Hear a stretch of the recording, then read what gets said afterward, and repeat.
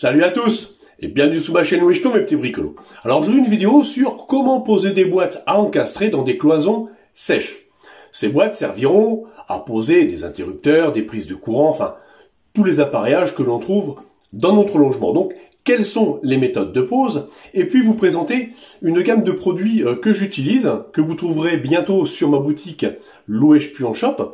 C'est une gamme de produits très efficace, très performante et très rapide de pose. Alors voici toutes ces explications en images. Alors en ce qui concerne les boîtes encastrées pour cloisons sèches, il existe bien sûr plusieurs modèles, comme vous le savez.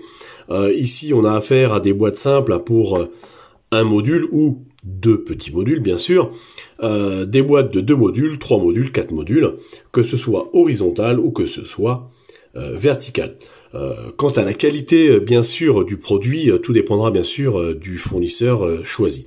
Moi je travaille principalement avec un fournisseur européen qui s'appelle Solera et il me fournit vraiment du matériel de très très bonne qualité. Alors je voudrais vous faire découvrir les boîtes avec lesquelles je travaille. Elles ont toutes les deux systèmes différents mais très efficaces. Ici la boîte que tout le monde connaît, la boîte classique avec le système de fixation à griffe. Elle a une profondeur de 46 mm, donc c'est très confortable pour faire des piquages de prise de courant par exemple, pour arriver à caser les fils, c'est quand même beaucoup plus aisé. Et elle a un diamètre de 68 mm. Les entrées de câbles, c'est hyper confortable, car là on peut voir que c'est légèrement conique sur l'arrière. Donc quand on fait rentrer par exemple une gaine, que ce soit à l'horizontale, comme ceci, d'accord, ou à la verticale, c'est vraiment aisé. Et là, la gaine ne prend pas de place à l'arrière de la boîte au niveau de la cloison, d'accord. Si on rentre que par l'arrière comme ça, c'est un peu plus compliqué. Là, j'ai vraiment de la souplesse, que ce soit horizontale ou que ce soit verticale. On a un plastique qui est vraiment rigide. On a une boîte vraiment de haute qualité, très costaud. La deuxième, alors celle-là, elle est vraiment super intéressante. Moi, je m'éclate à poser ça. C'est un gain de temps phénoménal. Alors ici, boîte classique, toujours pareil, 68 mm de diamètre, 46 mm de profondeur aussi. Et on peut voir qu'on n'a pas de système à griffe. Alors comment ça tient? On a ces petits colliers que l'on va faire glisser sur le côté, comme ceci.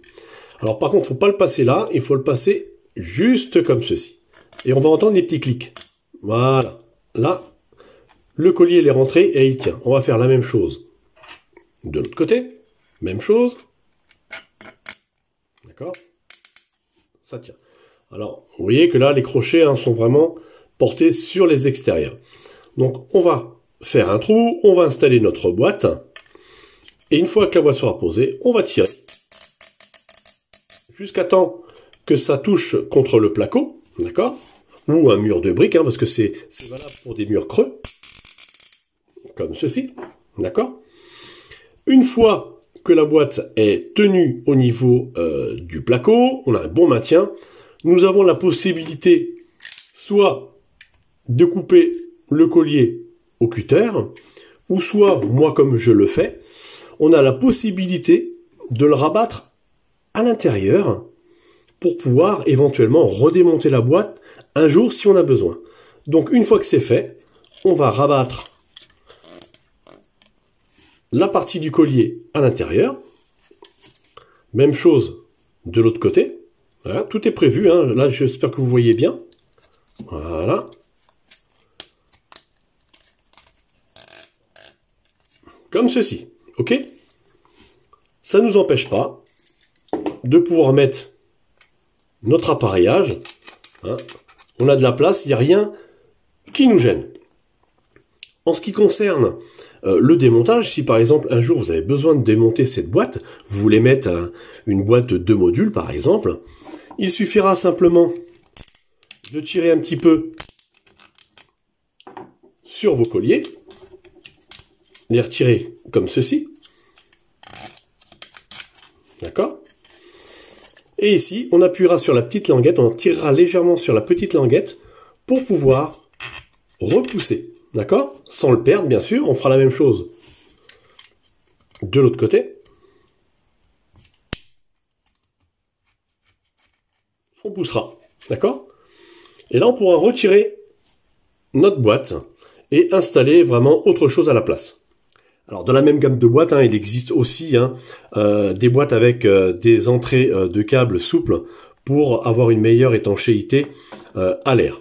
En ce qui concerne la boîte triple, elle aura, elle, 4 colliers, bien sûr, de fixation, 2 pour une boîte double.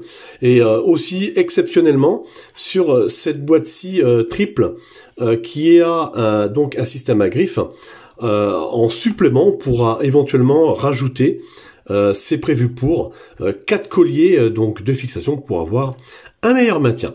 Maintenant, nous allons passer à la pratique.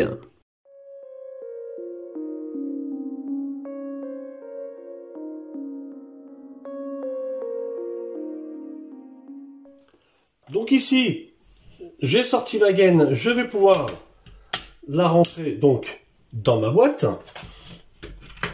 et on va pouvoir rentrer le tout à l'intérieur. Donc j'ai réalisé un trou de diamètre 68. Maintenant, je vais pouvoir tirer sur les crochets. Ma boîte est vraiment bien maintenue. Alors soit maintenant je les coupe, mais moi je vais les rabattre à l'intérieur. Voilà, comme ceci. J'ai plus qu'à installer mon appareillage.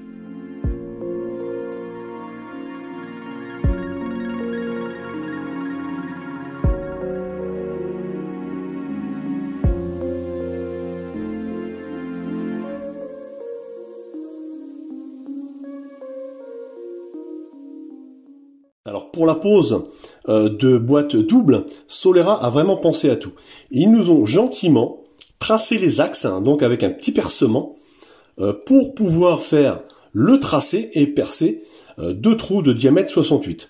De plus, ils nous ont rajouté un petit alignement horizontal et vertical. Donc il suffit de tracer sur le mur, soit à la verticale, soit à l'horizontale, bien sûr, tout dépendra du sens de la boîte, s'aligner et faire le tracé. C'est ce que l'on va faire tout de suite. Donc ici, j'ai tracé un trait de niveau, d'accord, pour l'emplacement de ma boîte. Donc je vais mettre mes tout petits trous, mes alignements verticaux sur mon trait. Voilà ce qui est fait. Je vais tracer mes axes dans le milieu, comme ceci. Ils sont représentés là. J'ai plus qu'à faire mes 2 trous de diamètre 68.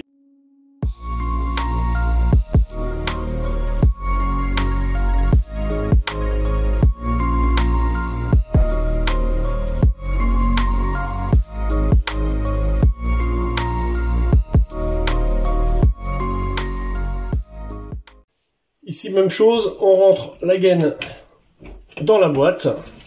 Une fois la découpe réalisée, on va pouvoir la boîte étirer sur nos colliers.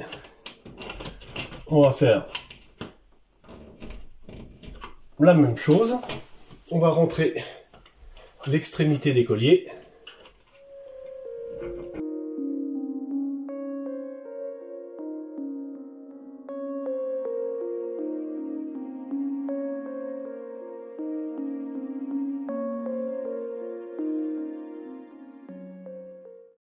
Alors, même méthode pour la boîte triple, vous avez les axes à tracer pour pouvoir réaliser vos trous. Mais Solera a fait quelque chose de bien.